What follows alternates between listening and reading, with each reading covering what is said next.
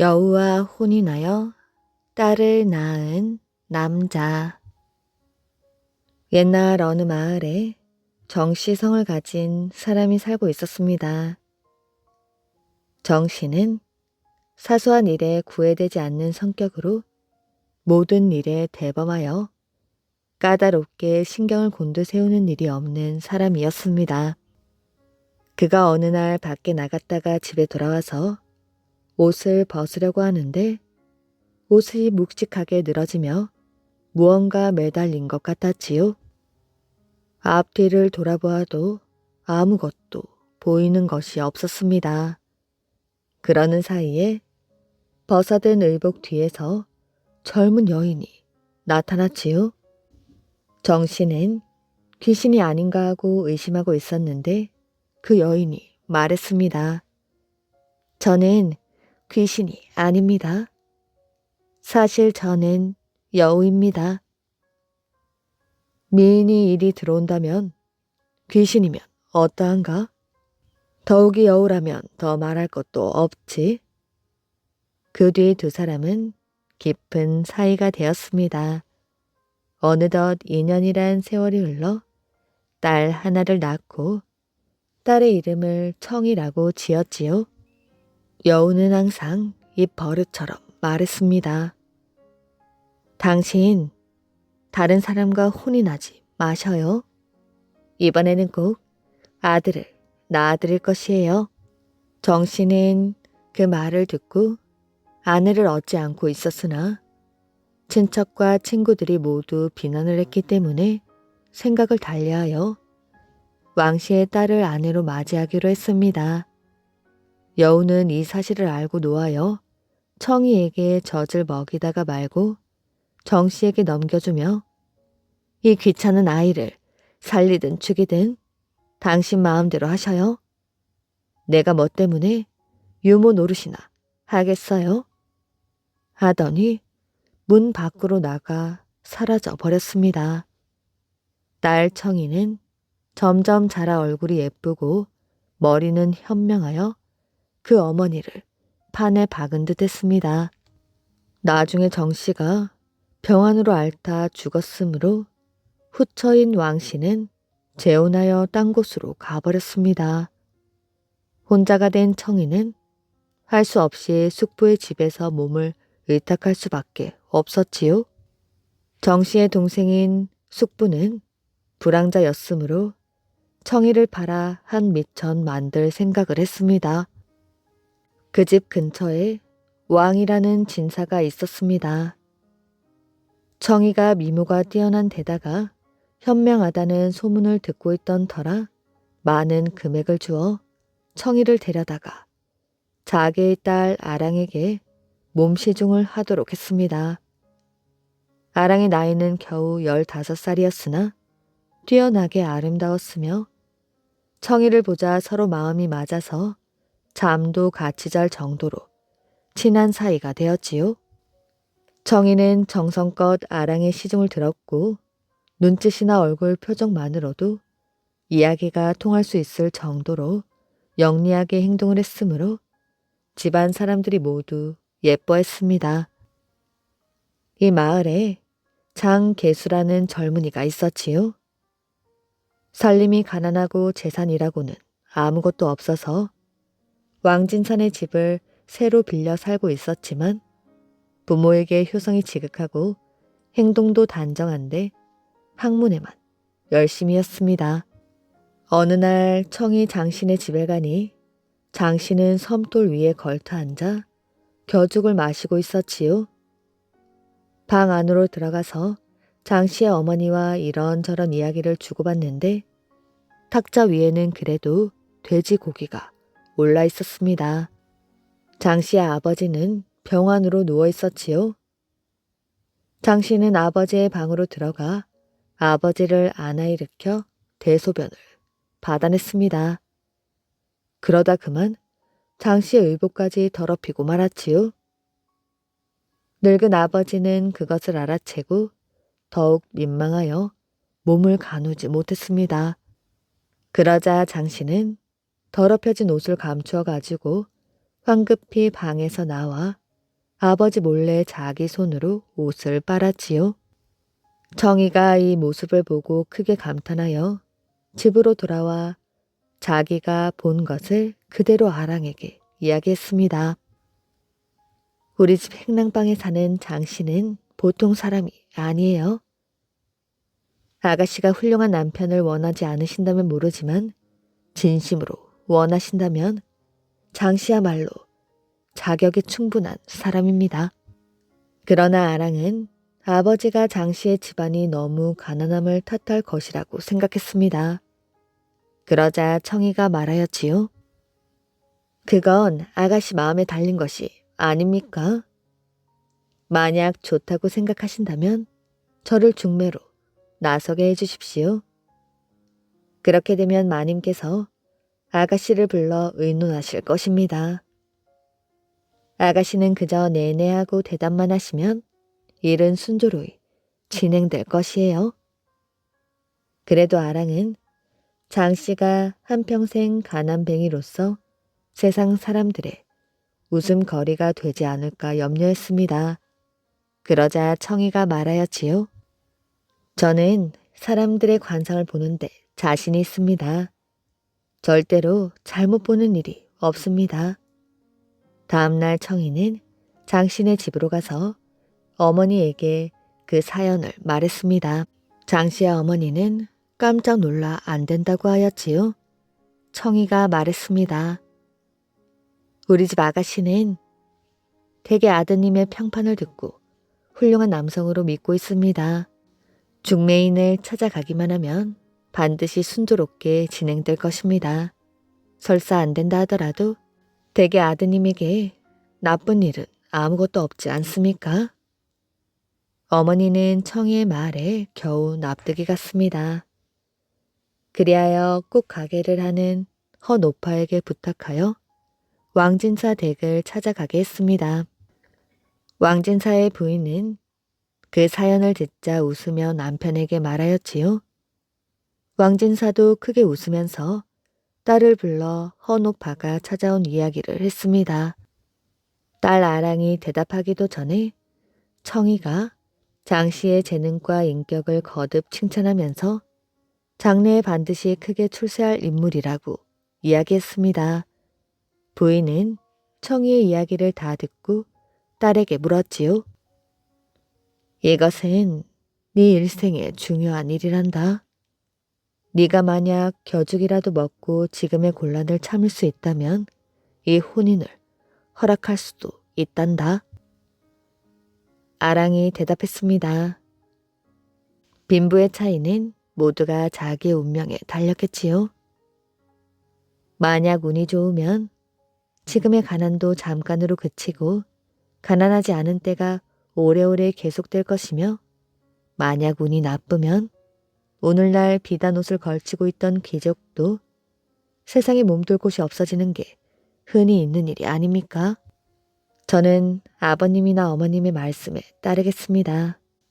처음에 왕 진사가 딸에게 의논한 것은 신분과 분수를 모르는 장씨를 비웃어주려고 일부러 꾸며댔던 것인데 딸의 말을 듣고 나자 몹시 언짢았습니다. 너는 장씨 아내가 되고 싶단 말이냐? 아랑은 대답하지 않았습니다. 다시 한번 물어도 역시 대답이 없었지요. 왕진사는 화를 버럭 내었습니다. 이런 멍청한 것 같으니라고. 아무리 이야기해도 못 알아듣는구나. 네가 자청하여 거지의 아내가 되겠단 말이냐? 차라리 죽어버려라. 아랑은 아버지의 말을 듣고 얼굴이 빨개지고 가슴이 내려앉으며 눈물이 앞서 자기 방으로 달아나고 말았습니다. 허노파도 달아나듯 돌아갔지요. 청이는 일이 순조로이 진행되지 못할 것을 알고 자기가 직접 만나보리라 생각하여 며칠 뒤 장씨의 집을 찾아갔습니다. 때마침 장씨가 책을 읽고 있다가 깜짝 놀라며 어디서 왔느냐고 물었지요. 청이가 미처 대답을 못하고 있자 장씨는 엄숙한 태도로 빨리 돌아가라고 차갑게 말했습니다. 그러자 청이가 울며 호소하였지요. 저는 양갓집 딸입니다. 결코 음탕한 여인이 아닙니다. 오직 당신이 덕망 높은 사람이라는 것을 알았기 때문에 의탁하려고 생각하여 왔을 뿐입니다. 그대가 나를 찾아온 것은 나라는 인간을 훌륭한 사나이라 생각하기 때문이겠지요. 그러나 밤중에 남의 집을 찾아다니는 행동은 자기가 정당하다고 믿는 사람이라면 결코 하지 않아야 될 행동이요. 처음부터 삐뚤어지게 출발하면 부부가 된다 할지라도 신사에 취할 길이 아닐 것이요.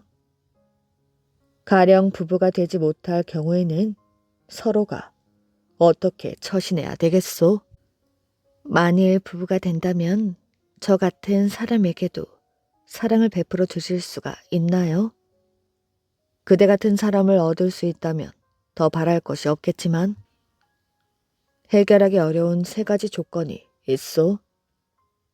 어떤 조건입니까?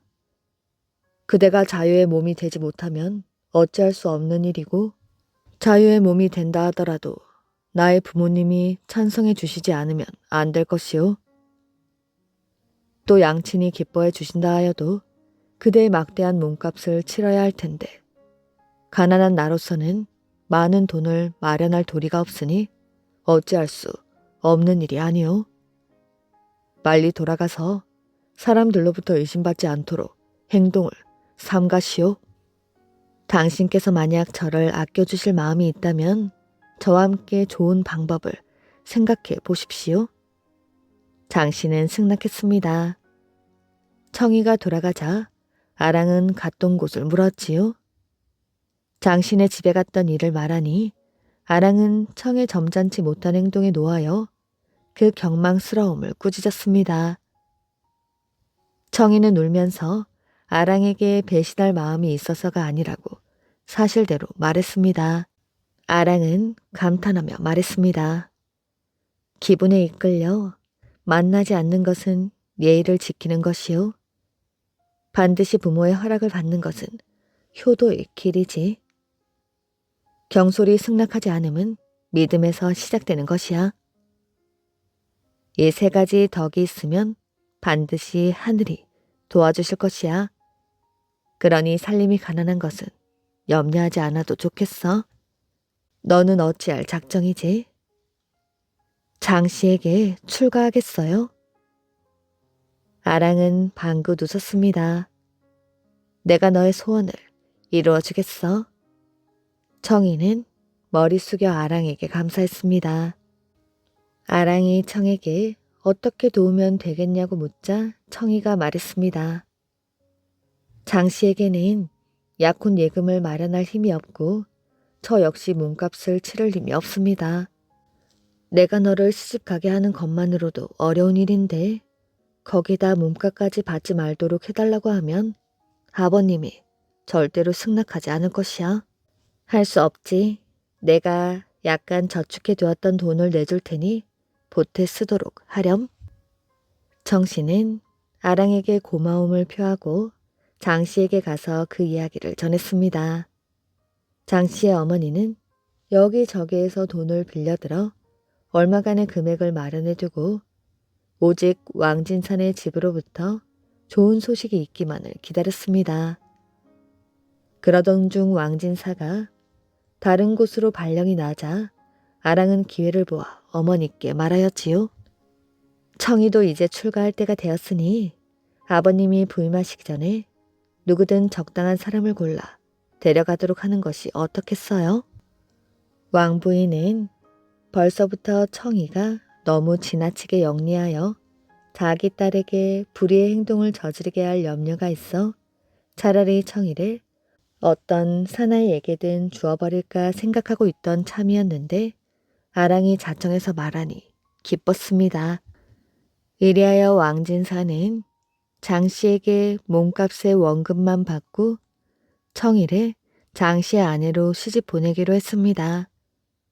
장씨 집으로 시집간 청이는 남편을 정성껏 섬기고 시부모를 공경하며 살림을 부지런히 하여 겨죽을 먹는 것도 괴롭게 생각하지 않았습니다. 청이는 또 부업으로 자수를 시작하였지요. 좋은 솜씨로 만든 새로운 모양의 제품은 날개 돋친 듯 잘 팔렸습니다. 어느 날 주인이었던 왕진사가 다른 곳으로 부임하게 되자 청이는 아랑에게 작별 인사를 하러 갔습니다. 아랑이 울며 말하였지요. 너는 좋은 남편을 택했어. 나 같은 건 너를 따를 수가 없을 것 같구나.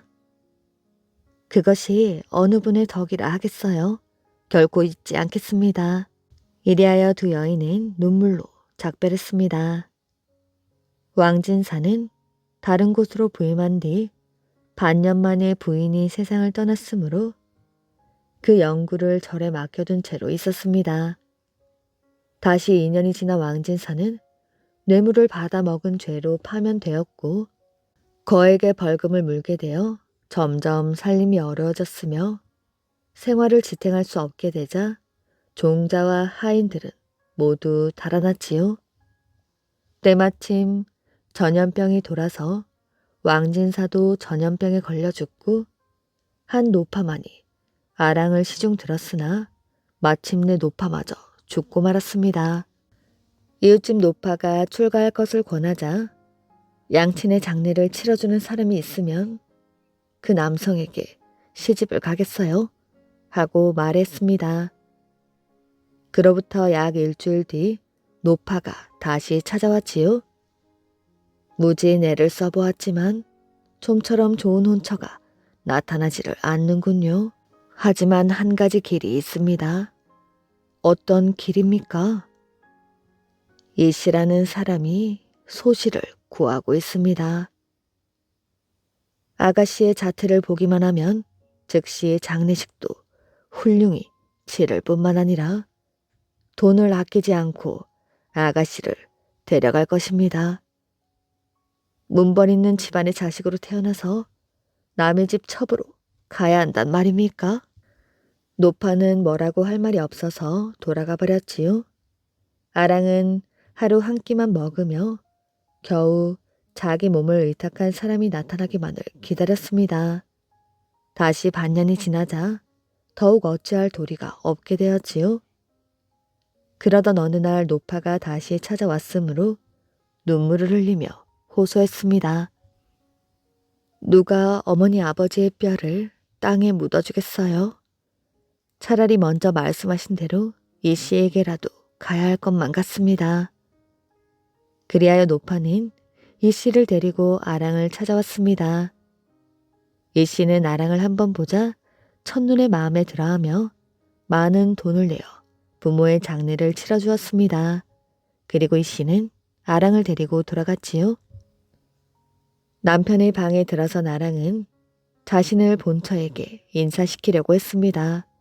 본처는 질투가 심한 여인이었기 때문에 처음부터 첩이라 할 수 없었고 식모를 사드린다고 했습니다. 본처는 아랑을 보자 화가 머리끝까지 치밀어 채찍으로 때리며 밖으로 내쫓고는 다시는 들어오지도 못하게 했습니다. 때마침 지나가는 비구니가 아랑의 모습을 보고 불쌍히 생각하여 자기가 있는 곳으로 같이 가기를 권했습니다. 아랑은 비구니를 따라가서 비구니에게 머리카락을 잘라달라고 했습니다. 그러나 비구니는 아랑의 청을 들어주지 않았지요. 그런데 얼마 뒤 거리의 불황자들이 아랑의 아름다움을 엿보고 암자의 문을 두드리며 희롱하였지요. 비구니는 제지할 도리가 없었고 아랑은 자신의 신세를 탄식하며 스스로 목숨을 끊으려 했습니다. 그러자 그날 밤 베갯 머리의 아버지가 나타나서 원망스런 얼굴로 말하였지요. 나는 너의 생각을 받아들이지 않아 마침내 이런 꼴이 되고 말았구나. 이제 와서 후회한들 무슨 소용이 있겠느냐? 그러나 이제 조금만 더 참고 기다리거라. 아랑은 이상하게 생각했습니다. 밤이 새어 뜰로 나가 얼굴을 닦으니 비구니가 아랑을 보고 놀라 말하였지요. 오늘 아침 아가씨 얼굴을 보니 탁한 기운이 사라졌습니다. 이제는 근심할 것이 없습니다. 머지않아 행운이 올 것입니다. 그 말이 끝나기도 전에 암자의 문을 두드리는 소리가 들렸습니다. 아랑은 얼굴이 새파랗게 질렸지요. 비구니가 대문을 열어보았더니 마차 한 대가 멎어 있었습니다. 몇 사람의 시녀들이 예쁜 귀부인의 손을 이끌어 마차에서 내려주었지요. 종자들의 일행은 몸차림이 화려했고 입은 관복들도 찬란했습니다. 비구니가 깜짝 놀라 물으니 사리의 부인입니다. 공교롭게도 비가 내려 잠시 동안 비를 피하게 해주십시오. 하고 말했습니다. 비구니는 귀부인을 법당으로 안내하여 의자를 가져다 앉기를 권했습니다. 종자와 시녀들은 승방으로 가서 제각기 옷을 말리기에 부산을 떨다가 아랑의 모습을 보자 즉시 귀부인에게로 달려가 알렸지요. 이윽고 귀부인은 승방을 구경시켜 달라고 했습니다. 비구니가 앞서 승방을 안내하자 아랑을 보고 깜짝 놀라 눈이 뚫어지도록 들여다보았습니다. 아랑 역시 자세히 보니 귀부인은 다름 아닌 청이었지요. 두 여인은 얼싸안고 통곡하며 지금까지 지나온 온갖 사정을 털어놓았습니다. 장 씨의 아버지는 이미 세상을 떠났고 상을 치르고 나자 장 씨는 연이어 급제하고 사리의 관직을 받아 한 걸음 앞서 임지에 부임했고 청이는 뒤따라 가소를 거느리고 가는 중이라고 했습니다. 청이가 웃으며 말하였지요. 아가씨가 연이은 재난을 당하면서도 남편을 맞이하지 못한 것은 하늘이 지금 우리 두 사람을 만나게 해주시려는 것이었나 봅니다. 청이는 비단 옷을 꺼내어 아랑에게 입도록 했습니다. 그러나 아랑은 주저하기만 하였지요. 아랑으로서는 청이와 한 집에 살게 되면 서로 그 이름을 부르기가 곤란하게 될 것을 근심했던 것이었습니다. 청이가 말했습니다. 그것은 옛날에 벌써 정해져 있잖아요. 제가 어찌 아가씨의 은혜를 잊을 수가 있겠어요. 그리고는 억지로 새 의복을 입힌 다음 비구니에게 작별 인사를 하고 암자를 떠났습니다. 부임지에 도착하자 장씨 모자는 한결같이 기뻐했습니다. 어머니는 다정한 얼굴로 아랑을 위로했습니다. 그리고 길이를 택하여 장씨와 혼인을 의논하자 아랑이 말하였지요. 옛날의 정의를 생각해 주신다면 이부 자리가 들어갈 수 있는 한 칸 방이나 빌려주시는 것으로 저는 충분하옵니다. 청이는 웃으며 아무 말도 하지 않았지만 작정한 날이 되자 아름다운 의복을 준비해 아랑의 방으로 들어왔습니다. 아랑은 당황하여 어쩔 줄을 몰랐지요. 방 밖에는 예복을 갖추어 입은 장씨가 서 있었고 아랑에게 인사를 올렸습니다. 청이는 아랑을 신부의 방으로 인도하며 오랫동안 정실 부인의 자리를 비워두고 아가씨를 기다리고 있었습니다. 하고 말했습니다. 청이는 정성으로 아랑을 받들었지요. 그러나 아랑은 청이에 대해 한시도 마음이 편치 않았습니다. 이 점을 깨달은 어머니는 서로 부인으로 부르도록 일렀습니다.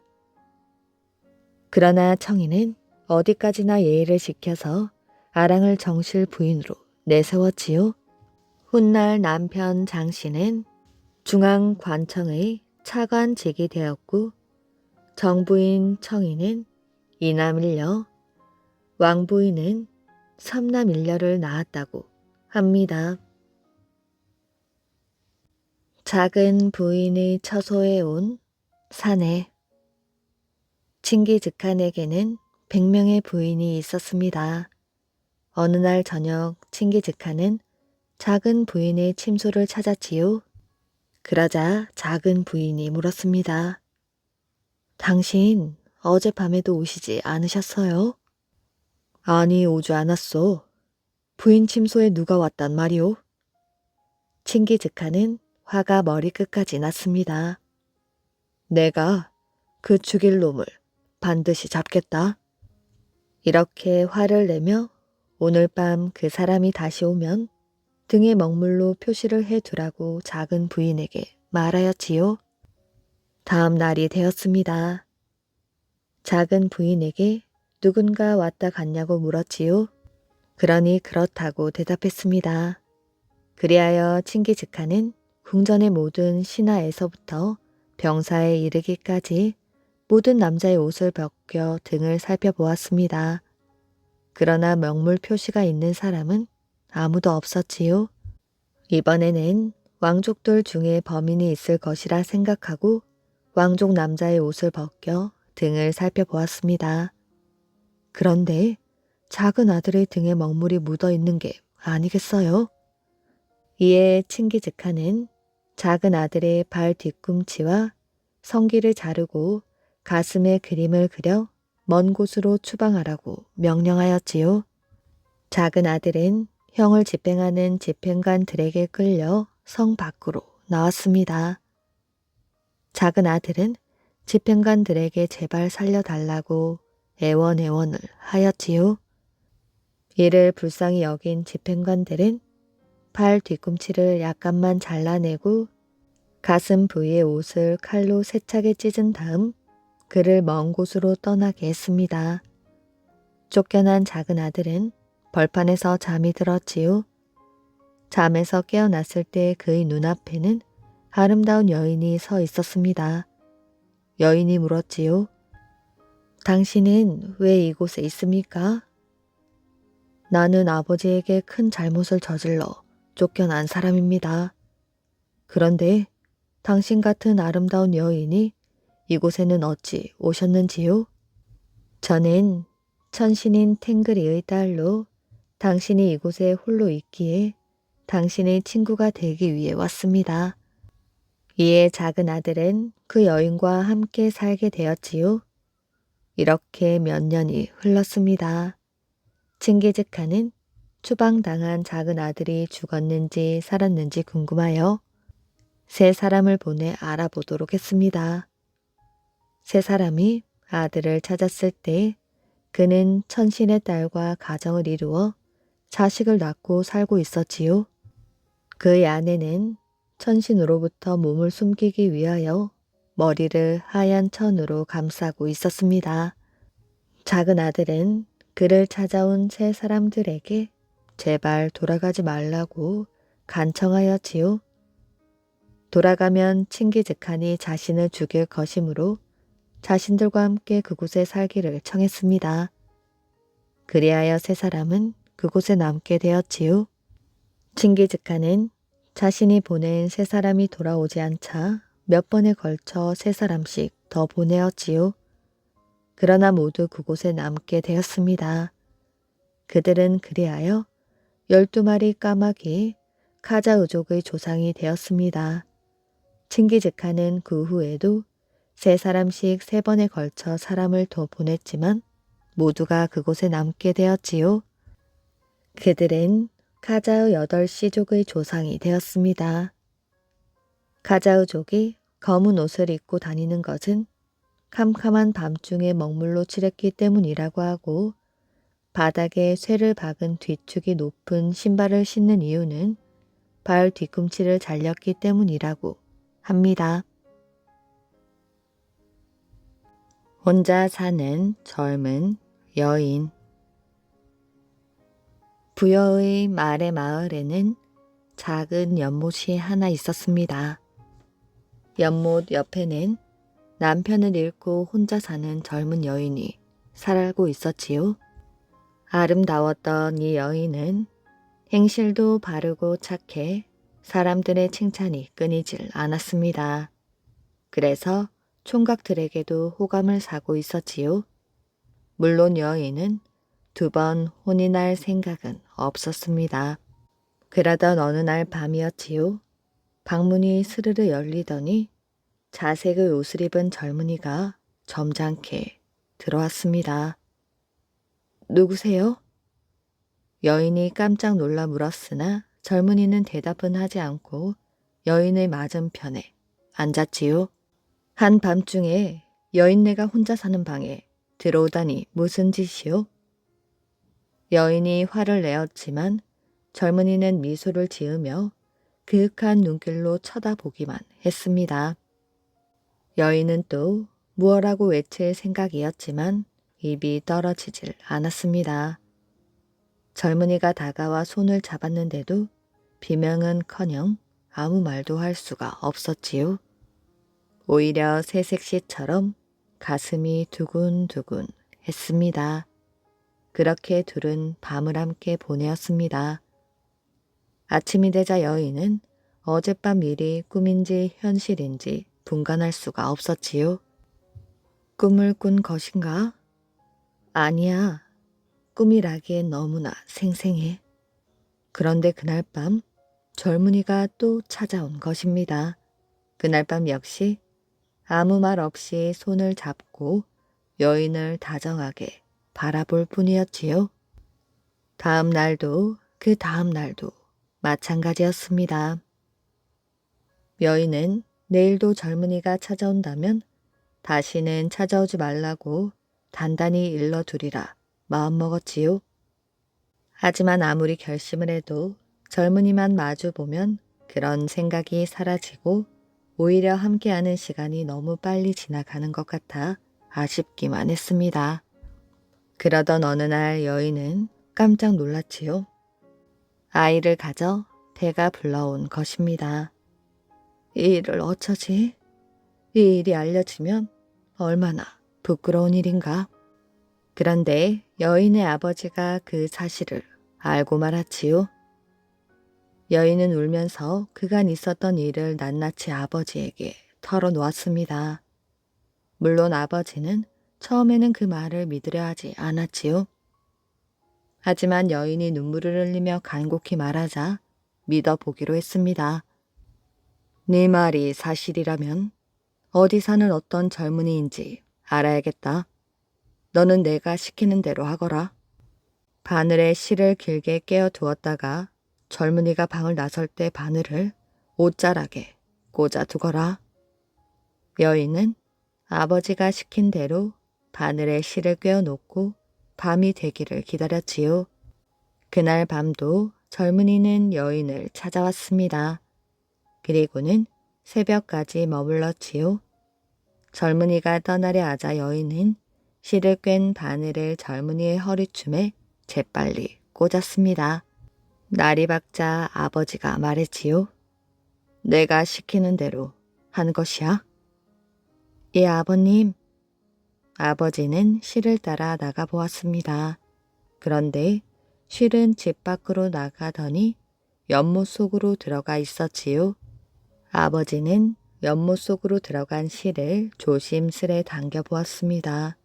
무언가 묵직한 것이 느껴졌지요. 아버지는 조금 더 힘을 주어 보았습니다. 그러자 무언가 연못 속에서 딸려오기 시작하였지요. 순간 아버지는 깜짝 놀랐습니다. 실에 달려온 것은 뜻밖에도 한 마리의 용이었지요. 실을 꿰n 바늘은 어이없게도 용의 허리춤에 꽂혀 있었습니다. 그 모습을 보고 있던 여인은 그 자리에서 정신을 잃고 쓰러지고 말았지요. 하는 수 없구나. 신령한 용이 준 아이이니 나 잘 키우도록 해라. 하지만 절대 문 밖을 출입해서는 안 된다. 여인이 정신을 차리자 아버지가 말했지요. 몇 달 뒤 여인은 건강한 사내 아이를 낳았습니다. 뒷날 아이는 말을 캐어 팔아 살림에 보탰지요. 때문에 주위에서는 그 아이를 서동이라 불렀답니다. 서동은 청년이 되자 신라의 선화 공주와 혼이 나고 백제의 30번째 임금인 무왕이 되었다고 합니다. 백조의 후손. 옛날 몽골 어느 마을에 호리투메드라는 사람이 있었는데 그는 아직 결혼하지 않은 젊은이였습니다. 그는 바위가루를 걷다가 백조 9마리가 날아와 호숫가에 앉아 눈부신 배기를 훌훌 벗고 9명의 여인으로 변하는 모습을 보게 되었지요. 옷을 벗은 9명의 여인은 바위가루에 들어가 목욕을 하기 시작했습니다. 호리투메드는 그중 옷 한 벌을 훔친 뒤 숨을 죽이고 여인들의 목욕이 끝나기를 기다렸지요. 목욕을 끝낸 뒤 8명의 여인은 베개를 입고 날아 올라갔으나 하나 남은 여인은 옷이 없어 날아가지 못하였습니다. 호리투메드는 그녀에게 다가갔지요. 당신의 옷을 내가 숨겼소. 이제 당신은 하늘나라로 올라갈 수 없으니 나와 결혼을 해주시오. 그 여인은 어쩔 수 없이 호리투메드의 아내가 되어 11명의 아이를 낳았고 행복하게 살고 있었습니다. 자식이 11명이 되었을 때 아내가 말하였지요. 이제 자식을 11명이나 낳았으니 내게 옷을 돌려주세요. 호리투메두는 혹 아내가 그 옷을 입고 날아갈까 두려워 옷을 돌려주지 않았습니다. 그러나 아내는 끈질기게 애원하였지요. 옷을 한 번만 입어볼게요. 입어만 보고 돌려드릴게요. 호리투메드는 곰곰이 생각해 보았지요. 애원하는 아내가 안쓰러웠습니다. 그리고 자식이 11명이나 되었는데 설마 버리고 날아가 버리지는 않겠지 하는 생각이 들었지요. 그래서 옷을 꺼내 주었습니다. 아내는 상자에 옷을 꺼내 입자마자 백조로 변하여 날개를 가다듬었지요. 그러더니 한순간 날아올라 게르의 천장을 통해 날아가는 것이었습니다. 깜짝 놀란 호리투메드는 급히 검댕이가 묻은 손으로 백조의 두 다리를 잡았습니다. 그러나 이내 백조는 빠져나가고 말았지요. 백조가 빠져나가는 순간 호리투메두가 소리쳤습니다. 꼭 가야 한다면 11명의 자식들에게 이름을 지어주고 가시오. 날개를 퍼덕이며 솟아오른 아내는 11명의 자식들에게 후부두드, 갈조테, 호아차이, 파트나이, 호다이, 고시드, 차강 등 이름을 지어주었지요. 그리고 하늘로 높이 솟아오르며 말했습니다. 자나깨나 자손 대대로 괴로움 없이 지낼 것이다. 행복하게 지낼 것이다. 자손이 번성할 것이다. 축원을 마친 아내는 동북쪽을 향해 날아갔습니다. 이후 호리투메도의 자손은 11개의 시족이 조상이 되었지요. 그래서 부리아테인들은 자신들이 백조의 후손이라 믿는다고 합니다. 그리고 호리투메드가 백조의 두 다리를 잡는 바람에 백조의 다리가 검은색이 되었다고 전해진답니다. 박어사와 아이를 버린 여인. 박어사와 돌쇠가 문경 세제를 조금 넘어가던 어느 날이었습니다. 그때 어디선가 아기 울음 소리가 들렸지요. 어디서 아기 울음 소리가 들리는구나. 설마 이런 산골에요? 그렇지만 박어사가 다시 한번 말했습니다. 저쪽이다. 어서 뛰어가 보거라. 예. 잠시 뒤 돌쇠가 아이를 안고 오며 소리쳤지요. 날이 이 깊은 산 속에 조그만 아이가 있습니다. 돌쇠가 팔에 안고 온 아이는 2살쯤 된 건강한 아이였지요. 이런 깊은 산 속에 어린 아이가 버려져 있다니.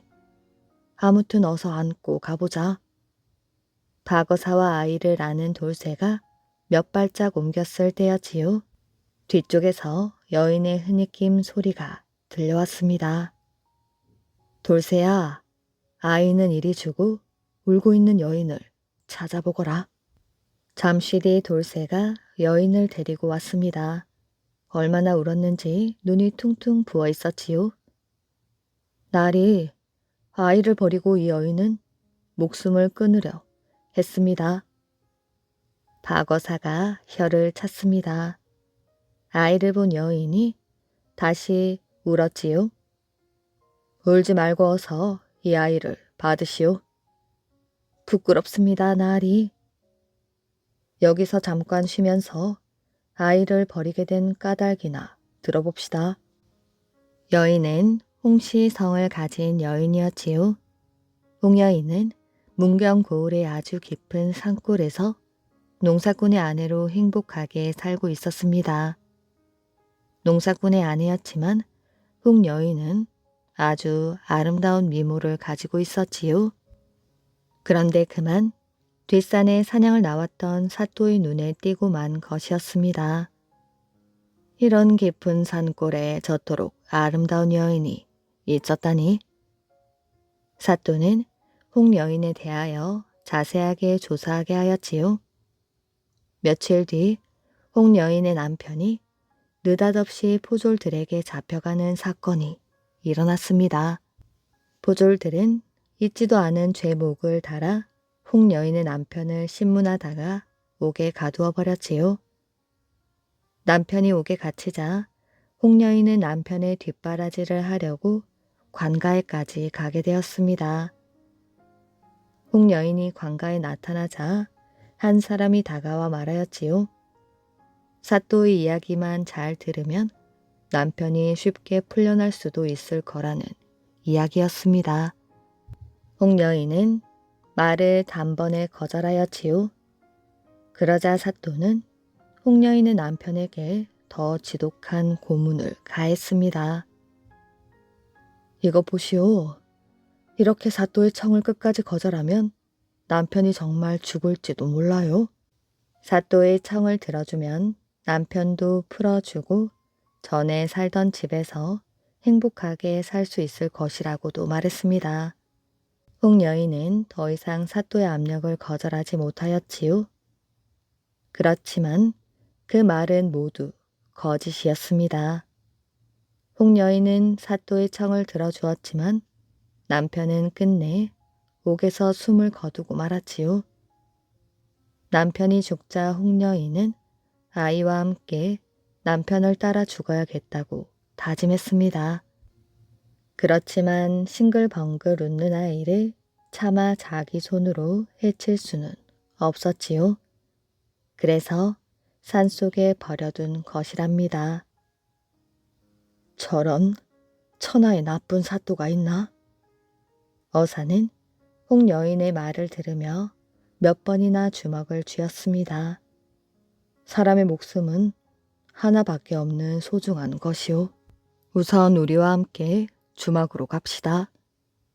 어사는 홍여인과 아이를 주막에서 쉬도록 하였지요. 그런 다음 조용히 돌쇠를 불러 무언가를 지시했습니다. 지체 말고 가거라. 시간은 모레 정오이다. 예, 나리. 이틀 후였지요. 정오가 되기를 기다렸던 어사가 천천히 관가로 갔습니다. 사또를 뵙게 해주시오. 급히 드릴 말씀이 있습니다. 어사가 간곡히 부탁해 보았지만 관가의 사령은 코웃음만 쳤습니다. 사또는 지금 아주 바쁘오. 사령은 어사에게 뇌물을 요구하는 것이 분명하였지요. 윗사람이 곧지 못하니 아랫사람인들 오죽할까? 박어사는 하는 수 없이 엽전 몇 잎을 꺼내어 사령을 손에 쥐어주었지요. 사령은 못 이기는 척하며 박어사를 사또에게 안내했습니다. 웬 놈이 나를 보자 했느냐? 사또가 어사를 내려다보았지요. 그런 사또를 박어사는 똑바로 쳐다보며 말했습니다.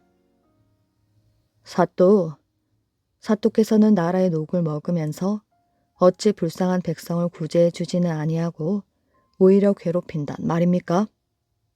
아니, 이놈이 여기가 어디라고 감히 엉뚱한 소리야? 그럼 제가 한 말이 틀렸단 말입니까? 죄 없는 백성을 죽이고 남의 부인까지 욕심내지 않았소? 아니, 저놈이. 여봐라, 저놈을 당장 묵지 못할까? 사또, 사실을 사실대로 말한 것도 죄가 된단 말이오. 그래 이놈아, 사실대로 말한 것도 죄가 되지. 사또의 말에 우락부락하게 생긴 사령 몇이 우르르 달려들었지요. 그러자 박어사가 벌떡 일어나며 마패를 높이 쳐들었습니다. 어사가 마패를 쳐들자 관가 안팎에 숨어있던 역졸들이 벌떼처럼 쏟아져 나오며 소리쳤지요. 암행어사 출두요. 썩어 빠진 문경 사또를 당장 잡아라. 순식간에 벌어진 일에 문경 사또와 형방, 사령들은 넋이 빠진 듯 얼떨떨해졌지요. 살려주십시오. 고을 백성들을 괴롭히던 문경 사또는 벼슬을 빼앗긴 채 경상도 감영으로 끌려갔습니다. 고을의 백성들은 뒤늦게야 암행어사가 출두한 것을 알았지요. 어사님, 고맙습니다. 부악한 사또 밑에서 고생하던 문경의 백성들은 유명한 암행어사 박문수의 얼굴을 보려고 관가로 몰려들었습니다. 그러나 그때쯤 박어사는 벌써 문경 고을을 떠나 이웃 고을로 들어서고 있었다고 합니다. 한 여인의 괴로운 운명. 옛날 어느 마을에 아주 아름다운 여인이 살고 있었지요. 이 여인은 태어나면서부터 행복을 달고 다니는 듯 했습니다. 그녀는 평온한 어린 시절을 보내고 결혼할 나이가 되어 독수리 전사와 결혼을 하게 되었지요. 독수리 전사는 비록 귀족은 아니었지만 지혜롭고 용맹하기 이를 데 없는 뛰어난 전사로 황제의 총애를 한 몸에 받고 있었습니다. 많은 사람들의 축복과 시샘 속에서 성대한 결혼식을 마친 여인은 그 다음에 어여쁜 딸을 낳게 되었지요. 그런데 딸이 7살 되던 해 남편인 독수리 전사는 신에게 드리는 가장 경건하고 고결한 제물로 딸을 바치기로 결정했습니다. 자신의 자식을 직접 제물로 바친다는 것은 상상을 뛰어넘는 괴로운 일이었지요. 그러나 남편은 아내의 절망과 고통을 전혀 이해하지 못하고 오히려 제물의 의미를 이해하지 못한다고 꾸짖기만 했습니다. 딸이 제물로 바쳐진 뒤 여인은 극심한 고통으로 제정신이 아니었지요. 가슴을 칼로 도려내는 듯한 아픔이었습니다. 몇 해를 반쯤 미친 상태에서 신음하던 그녀에게 다시 새로운 생명이 찾아왔습니다. 여인은 가슴을 주체하지 못할 만큼 기뻐하였지요. 남편 역시 태어날 아이가 전사의 피를 물려받은 아들일 거라며 크게 기뻐하였습니다. 그러나 태어난 아이는 딸이었지요. 아이가 태어나고 몇 해 동안은 가정에 별 어려움 없이 평온한 나날이 계속되었습니다. 그러나 남편이 어느 전투에서 싸우다가 큰 위기를 맞게 되었지요. 비의 신의 심술로 적군에게 유리하게 돌아갔고 전세는 점점 불리해져 갔습니다. 급기야는 전사로서의 명예를 걸고 자기 딸을 제물로 바치겠다는 맹세를 신에게 하기에 이르렀지요. 곧 기적처럼 전세가 뒤집어졌습니다. 독수리 전사는 전투를 승리로 이끌고 수천 명의 포로를 이끌고 와 신들과 왕 앞에서 그 기쁨을 만끽할 수 있었지요. 수많은 선물과 금은 보화들이 승리한 독수리 전사에게 하사되었고 아름다운 깃털과 화려한 옷감, 장신구 보석들이 그의 발 앞에 놓여졌습니다. 그러나 이 모든 것의 대가로 그는 다시 한번 딸을 제물로 바쳐야 하였지요. 뒤늦게 자신의 맹세를 후회하였지만 되돌릴 수는 없었습니다. 부부는 절망 속에서 딸이 제물로 바쳐질 날이 다가오는 것을 기다릴 수밖에 없었지요. 여인은 또다시 자식을 제물로 바쳐야 할 운명 앞에 괴로워했습니다. 마침내 딸을 제물로 바치기로 약속한 날이 되었지요. 예복을 입은 사제들이 여인의 어린 딸이 기다리고 있는 작은 사원으로 왔습니다. 딸은 밤새도록 울어 퉁퉁 부은 눈으로 불안하게 주변을 둘러보고 있었지요.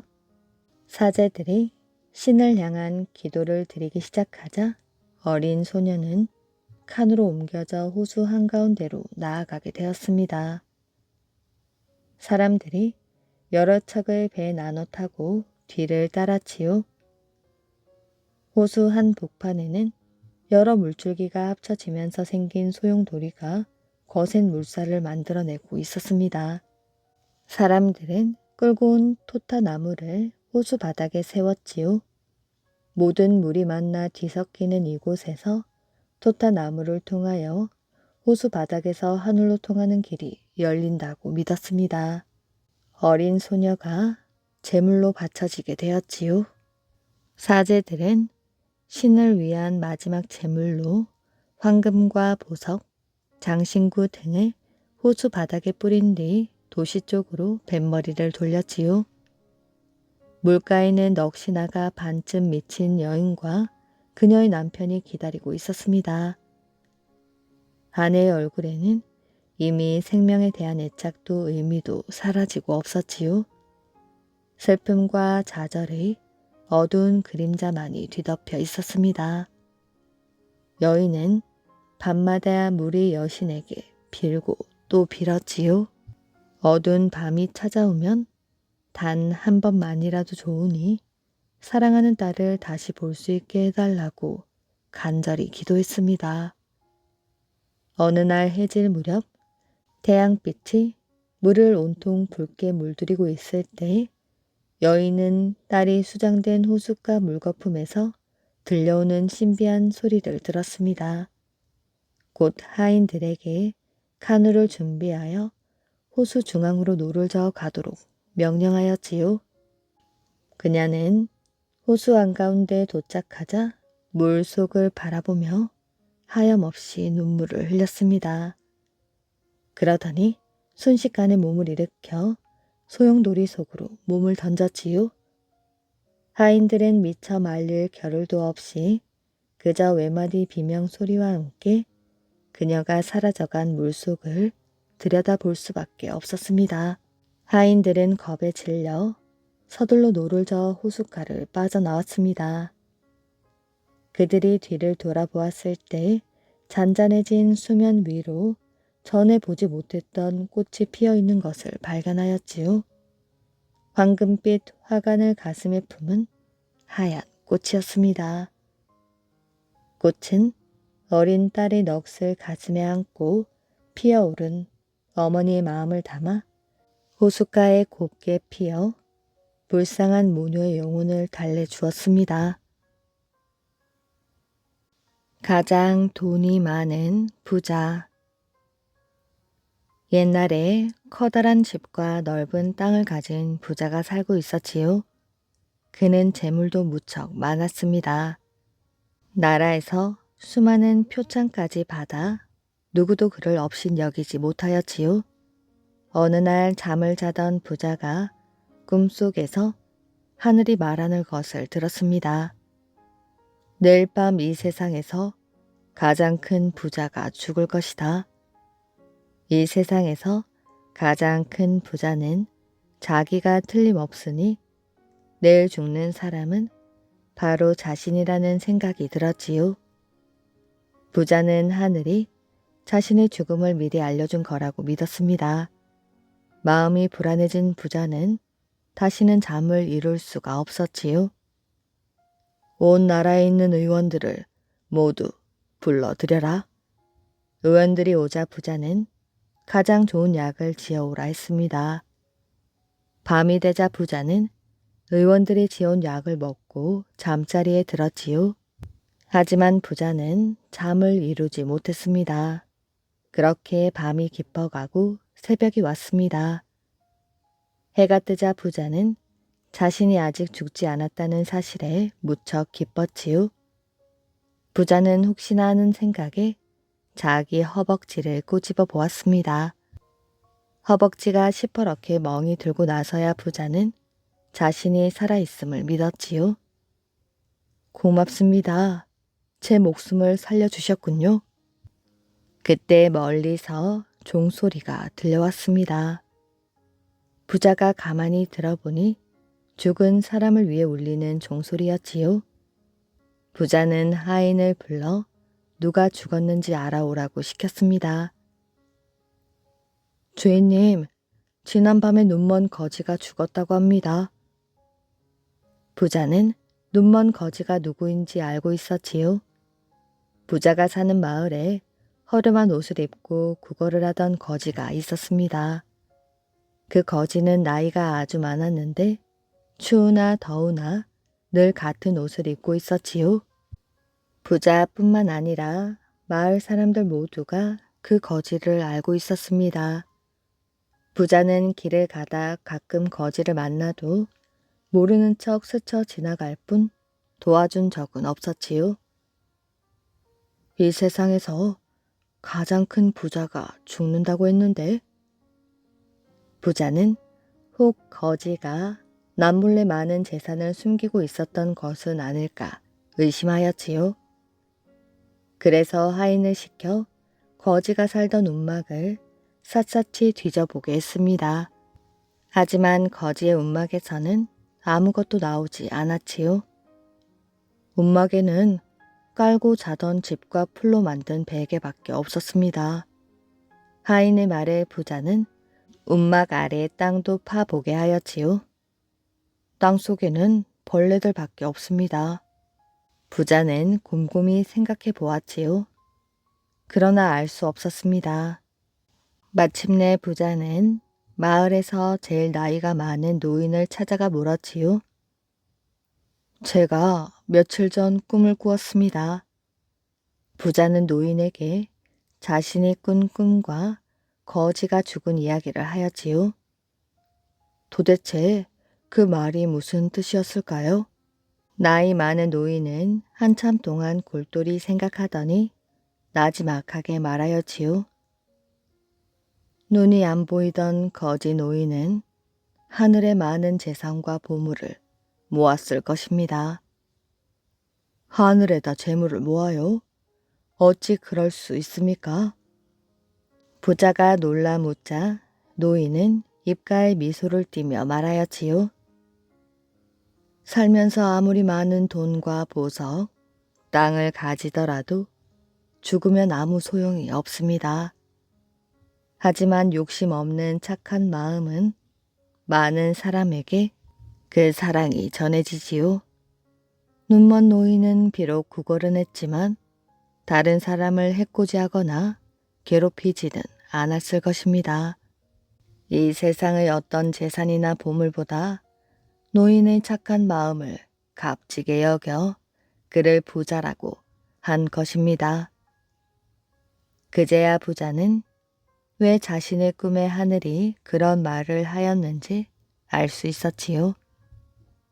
그날부터 부자는 자기가 가지고 있던 많은 재산을 가난하고 굶주린 사람들을 위해 내놓았습니다.